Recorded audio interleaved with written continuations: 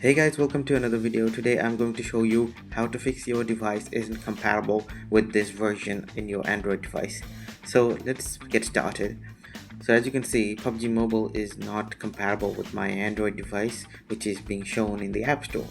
And to fix this problem, I will need to clear my Play Store data. So I will just go to the home page, and from here we have the Google Play Store right over here. We will tap and hold the Google Play Store and click on App Info. Now from App Info, we will click on Storage and Cache. From here, we will click on Clear Cache. After that, we will get back, and then we will click on Force Stop.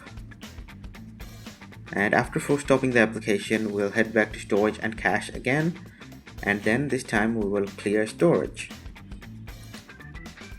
So after you have cleared storage, now we will head to Google Play Store again.